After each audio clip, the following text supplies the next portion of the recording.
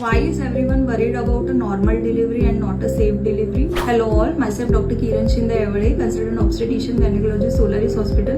So delivery रूमच्या बाहेर relative बसलेले असतात आणि त्यांचं एकच वाक्य असतो की मॅडम आम्हाला तर नॉर्मलच हवं आहे, सीझर नको आहे. But let me tell you something की नॉर्मल असं काही नसतं. It's either a vaginal birth or C section.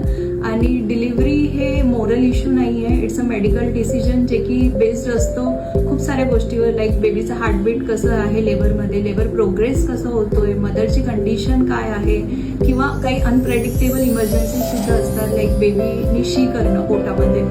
So normal असो सी सेक्शन असो हे दोन्ही रिस्की असतात, दोन्हीमध्ये इक्वल स्ट्रेंथ लागतं आणि मला वाटते दोन्हीला सारखं रिस्पेक्ट दिलं पाहिजे. डिलिव्हरी हे जस्ट मोड ऑफ रूट आहे, इट्स नॉट अ ट्रॉफी.